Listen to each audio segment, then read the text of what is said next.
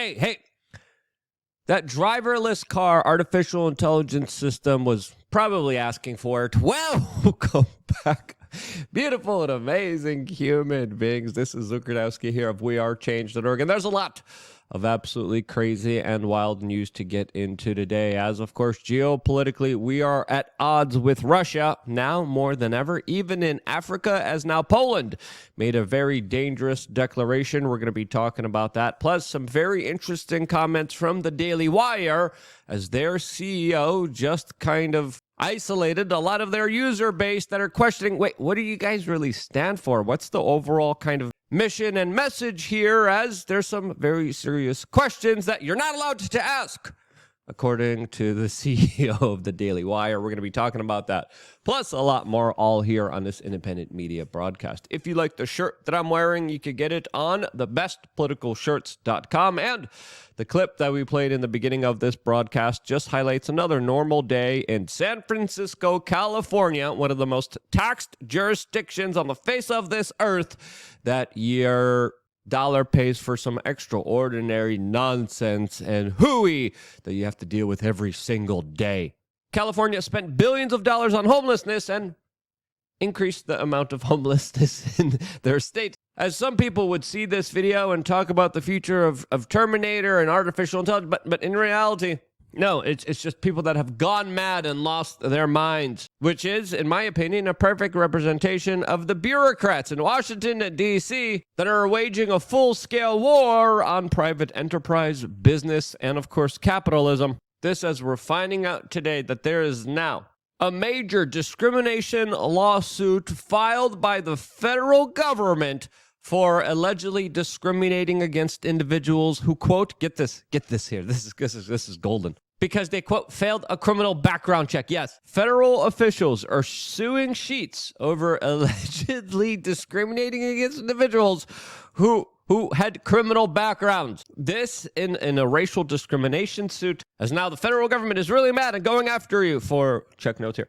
not hiring criminals for your private enterprise and business. And while the federal government is going after businesses who are providing a service, the government now is taking more of your money and literally blowing it up, figuratively and literally, in places like Ukraine and the Middle East and soon potentially Asia. As the United States House of Representatives just passed the foreign aid package bill that gives nearly $100 billion to many foreign countries, predominantly for militaristic purposes, in some regions expanding conflicts, prolonging them, and overall just creating a very dangerous situation for everyone involved here. This, as now Poland, my home country, just announced that they are ready to host nuclear weapons. This, as the situation could quickly and has already gotten out of hand inside of Europe, with the larger proxy war between Russia, represented by the East, and the United States, represented by the West. This, as today Russia is warning that the world is now on the brink of a direct military clash between these nuclear powers, as Russian Foreign Minister Sergei Lavrov came out in a video message specifically warning about the catastrophic consequences that could happen at any moment, at any time, as the Russians are really not happy about the United States investing $61 billion, which will predominantly go towards rockets, missiles, and bombs that will be used against the Russian military that invaded Ukraine. This, as Ukrainian President Volodymyr Zelensky announced that financing and prolonging this conflict will, quote, keep the war from expanding. Even though we're continuing the war, which will naturally just expand it. He also said that this is going to save thousands of lives. It's not. We're literally financing future conflict that wouldn't be there if it wasn't for us directly financing it and having the Ukrainian people do our fighting for us. Zelensky said that this will keep their nation stronger. It won't. It puts them under a larger security threat with larger unpredictable scenarios and situations that endanger their people, as there is an off-ramp here. There are the possibility of negotiations. There should be détente. There should be a peace deal. There's none of that. Why isn't there none of that? Well, that's because the United States is financing and bankrolling this conflict that is ever so extremely dangerous, not just for the people of Ukraine, the people of Europe, but also the people of the world. This, as there's also another a geopolitical proxy conflict unfolding in Africa between the United States and other Russian forces, specifically in Niger, as Politico is reporting that the United States forces are going to be withdrawing from that specific region. This as today, we also found out that it was actually Donald Trump, for some reason, that helped push this foreign aid package, according to Lindsey Graham, that just had to say this on Fox News. There's a loan component to it. This would not have passed without Donald Trump. I want to thank the House Speaker and Hakeem Jeffries working together in a bipartisan fashion to give weapons to Ukraine to fight a fight that matters to us. And President Trump has created a loan component to this package that gives us leverage down the road. So this has a lot of people are asking themselves, saying, what? This wouldn't pass if it wasn't for the support of the former president of the United States, Donald Trump, who, again, clearly has a lot of anti-war rhetoric, but if what Lindsey Graham is saying here is true, was a part of a larger move that absolutely, in my opinion, is not in the best interest of the American people nor the people of Ukraine that are really upset about the current status quo and financial prospects for themselves as they're bankrolling more foreign conflicts. All of this, as it definitely looks like neoconservative, Bush-loving Marco Rubio is positioning himself as a way to become the next vice president under the Donald Trump ticket, which, if happens, would signal what I would say a larger turning of the tide politically, as the establishment always kind of seems to get their way. And you, as a private individual, could get your way, specifically on lukeunfiltered.com, our own quasi-secret, not-so-secret society, where we do cool things like nature hikes. We just did one here in Miami, Florida. We probably will be doing another one in a month from now here in Southern Florida. And this week, this Sunday, April 28th, 1 p.m. local time, Austin, Texas, we're doing another nature hike that you guys get to participate in just by signing up to lukeunfiltered.com. We are also going to be doing another podcast episode later on today on this channel, 6 p.m. Eastern, with some really incredible individuals, and you could call in into that show, be a part of it, also by signing up and becoming a member of lukeunfiltered.com. As we also wanted to tell you about our store on thebestpoliticalshirts.com, as of course my creative juices have been flowing lately, and that's why I'm doing a lot of really cool, weird things for members. But also, I just thought of a steak and conspiracy theories shirt that we will redefine Netflixing and chilling. There's another one that we have that screams afuera with the current president of Argentina. We have a lot of other shirts here that we cannot show you here on this particular family-friendly broadcast. And if you are of age, definitely check out some of the artistic ideas that I have been expressing myself with that definitely will make you laugh. Some of the shirts here I wear out in Miami, and there's always someone that comes up to me, always someone that says hi. If you don't have a personality like me, if you find it hard to meet new people like me, this is a perfect way to do all of that, just by going to thebestpoliticalshirts.com. Truly, lots of gag gifts here. Lots of really awesome people are wearing these t-shirts. I see them out in public, and there's always a fun time to be had, especially when you do decide to become a little more extrovert, when you start finding like-minded individuals in your communities, and it's something that I can't recommend enough. Check out thebestpoliticalshirts.com. Pick a shirt up, as of course this also goes towards supporting and growing this independent media organization. An independent media organization that's just a little bit different than, a mainline, more establishment one like the Daily Wire that has been criticized a lot, especially when it comes to their kind of duplicitous standards, morals, and ethos that they look to be flip-flopping on, especially when it comes to foreign conflicts, especially when it comes to medical procedures, especially when it comes to criticisms of particular groups, and woke culture, that there definitely does seem to be an element of a right-wing alternative media sphere that looks like it's embracing itself as they are literally making the argument that, hey, feelings do matter over facts. And hey, some speech needs to be curtailed. The Overton window needs to be shut a little closer to our acceptable point of viewpoints, as perfectly represented by Jeremy Boring, that took to Twitter yesterday. He, of course, is the co-founder and proclaimed, quote, God King of the Daily Wire, who announced on Twitter that, quote, people who deny the moon landing or suggest America is evil for its use of atomic weapons against Imperial Japan, or say that George W. Bush was behind an event in New York in 2001, quote, actually hate this country. A very strongly opinionated tweet that has garnered already nearly 5 million views, representing a larger kind of establishment viewpoint that extensively I took personally to understand as, if you don't believe everything the government says, you hate this country. A form of rhetoric that we have seen from a lot of kind of establishment Republicans, especially after 2001, that said that any kind of questioning of authority, any kind of call for accountability was equivalent to hating this country. A mindset that was perpetuated all throughout the United States, that media organizations regurgitated to the people, that surely led us down a pathway to utter economic destruction, civil liberties violations, the destruction of the Bill of Rights and Constitution here in the United States, that of course took a backseat to larger right-wing authoritarianism that was allergic to seeing themselves in the mirror or being held accountable for anything that they did. A mindset that brought us lies about weapons of mass destructions in Iraq, massive federal spending, the rise of the intelligentsia deep state that was able to get whatever they wanted as they literally trampled on the Fourth Amendment, your privacy and secrecy, all in the excuse of fighting the bad guys, which, again, was an excuse that, in my opinion, deserves to be questioned. According to Jeremy Boring, it does not.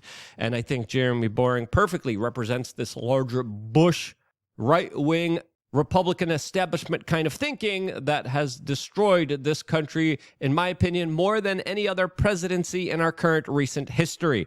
As my response to this tweet was that, quote, blind belief in authority is the greatest enemy of truth, a quote by Albert Einstein. Other people like Patrick Bet-David decided to respond by saying, Jeremy, quote, isn't the entire premise of being a critical thinker to question things, question mark? Some of the best podcasters and influencers are those who ask questions no one else is asking.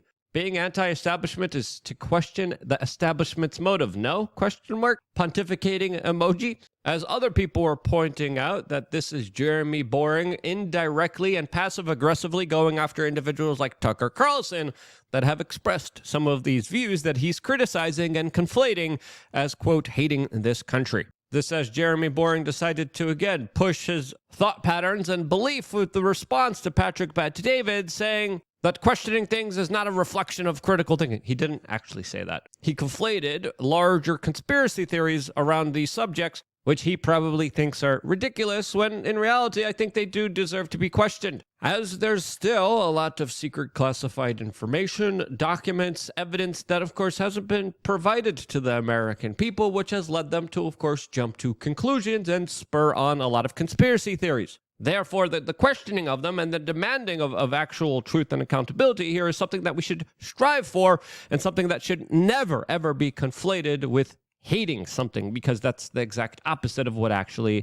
is being procured here, of what's actually being done here. If you care about something, if you love something, you want to make sure that it is being handled, that it is being operated in a known, honest, fair, transparent, real way that does not allow it to be led astray and made to be absolute trash. As, of course, someone responded to the Quarteran's response to all of this by saying, quote, Jeremy Boring equals new establishment media propagandist. This as literally one of the things that Jeremy Boring is standing behind is the launching of a nuclear bomb on a civilian city inside of Japan that has led to incredible, tremendous human suffering on predominantly innocent human beings. As one of the things that he mentions that I believe does deserve to be questioned is the dropping of the atomic bomb on Japan. That should be questioned. That should be looked into. Eisenhower literally detailed how he was against dropping of the bomb on Japan because Japan was, quote, ready to surrender. And that, quote, it wasn't necessary to hit them with that awful thing. He then